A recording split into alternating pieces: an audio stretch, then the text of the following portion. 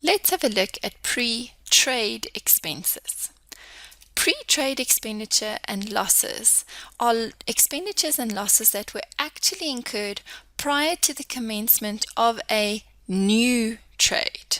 We would be allowed a deduction if, had we already been trading, we would have been entitled to a deduction under Section 11, excluding Section 11X, Section 11D, which is not part of your syllabus, or under Section 24J. So if we have these pre-trade expenses, so expenses that we incurred before we actually started trading, we can get a deduction provided we would have been allowed a deduction had we already been trading, given those section numbers. The deduction, however, is limited to the income from that trade. Okay, if you have income from other trades, you cannot set off pre-trade expenditure against the other trade income, only the new trade.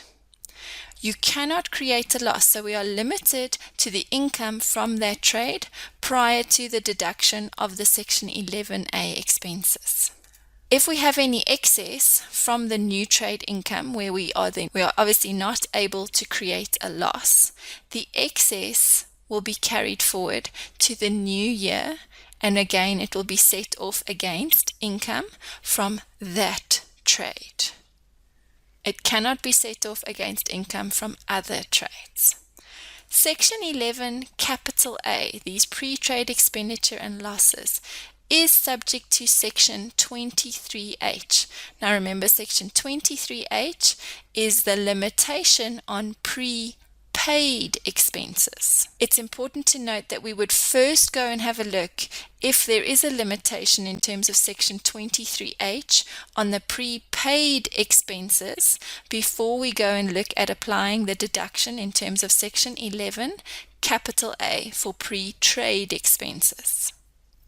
If we have a look at an example which is based on the example 6.1 in Silk, we have a vacant admin building that was purchased on the 25th of January, transfer costs of $30,000, the building was renovated at a cost of $250,000, renovations were complete on 1 July and were immediately rented out. The landlord's new trade commenced on this date, 1 July. So where you see that they have now commenced a new trade, we need to consider if there were any pre-trade expenses, would we be able to deduct them from any income from the new trade, not from existing trade. Rental income of $50,000 was received and royalty income of $10,000 accrued to the landlord during the year of assessment, which is December.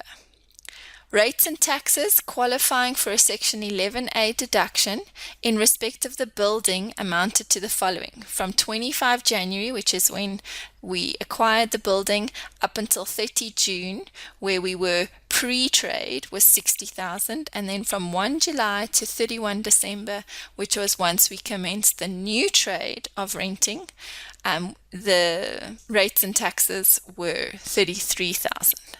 You are being asked, what amounts will qualify for a deduction in the year of assessment? Now, when you are asked this kind of question, might be a discussion question, you need to consider all the costs, not just the rates and taxes. What about the transfer costs, the renovation costs, and in this case we didn't give it to you, but maybe the cost of acquiring the building?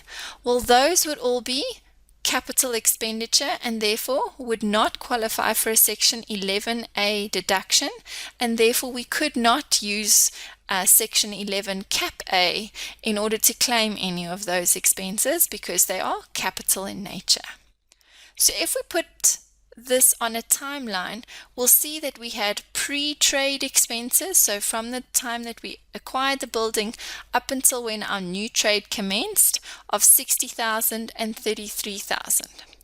So when we are going to go and have a look at what can we deduct from our new trade, we will go and have a look. We've put in our income, $50,000 for rental and $10,000 for royalties.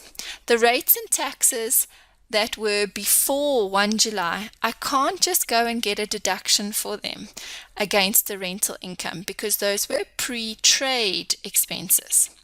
The rates and taxes after 1 July would qualify for a Section 11 small a, your general deduction formula. I can go and deduct those straight from the rental.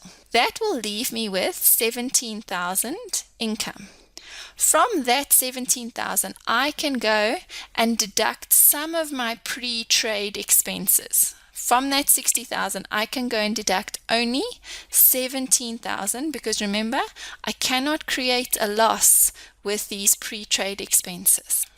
The amount that is remaining after getting the 17,000 deduction from my pre-trade expenses, that 43,000 I will carry over to the next year, but again, I can only set it off against rental income in the next year. You can see we did not deduct any of those pre-trade expenses from the royalty income because those are two separate trades.